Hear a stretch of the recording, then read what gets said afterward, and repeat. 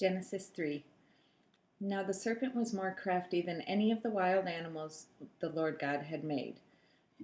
He said to the woman, "Did God really say you must not eat from any tree in the garden?" The woman said to the serpent, "We may eat fruit from the trees in the garden, but God did say, 'You must not eat fruit from the tree that is in the middle of the garden, and you must not touch it, or you will die.'" "You will not surely die," the serpent said to the woman, "for God knows when you eat of it, your eyes will be opened, and you will be like God, knowing good and evil." When the woman saw that the fruit of the tree was good for food, and pleasing to the eye, and also desirable for gaining wisdom, she took some and ate it. She also gave some to her husband, who was with her, and he ate it. Then the eyes of both of them were opened, and they realized they were naked. So they sewed fig leaves together and made coverings for themselves. Then the man and his wife heard the sound of the Lord God as he was walking in the garden in the cool of the day, and they hid from the Lord God among the trees of the garden. But the Lord God called to the man, "Where are you?" He answered, "I heard you in the garden, and I was afraid, because I was naked, so I hid." And he said, "Who told you that you were naked?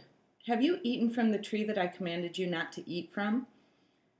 The man said, "The woman you put here with me, she gave me some fruit from the tree, and I ate it." Then the Lord God said to the woman, "What is this you have done?" The woman said, "The serpent deceived me, and I ate." So the Lord God said to the serpent, "Because you have done this, cursed are you above all the livestock and all the wild animals. You will crawl on your belly, and you will eat dust all the days of your life. And I will put enmity between you and the woman, and between your offspring and hers. He will crush your head, and you will strike his heel." To the woman he said, "I will greatly increase your pains in childbearing. With pain you will give birth to children. Your desire will be for your husband, and he will rule over you." To Adam he said, "Because you listened to your wife and ate from the tree about which I commanded you, you must not eat of it. Cursed is the ground because of you.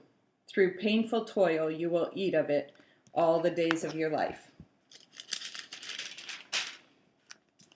It will produce thorns and thistles for you, and you will eat the plants of the field. By the sweat of your brow you will eat your food, until you return to the ground, since from it you were taken. For dust you are, and to dust you will return." Adam named his wife Eve, because she would become the mother of all the living. The Lord God made garments of skin for Adam and his wife, and clothed them. And the Lord God said, "The man has now become like one of us, knowing good and evil. He must not be allowed to reach out his hand and take also from the tree of life and eat and live forever." So the Lord God banished him from the Garden of Eden to work the ground from which he had been taken. After he drove the man out, he placed on the east side of the Garden of Eden cherubim and a flaming sword, flashing back and forth to guard the way to the tree of life.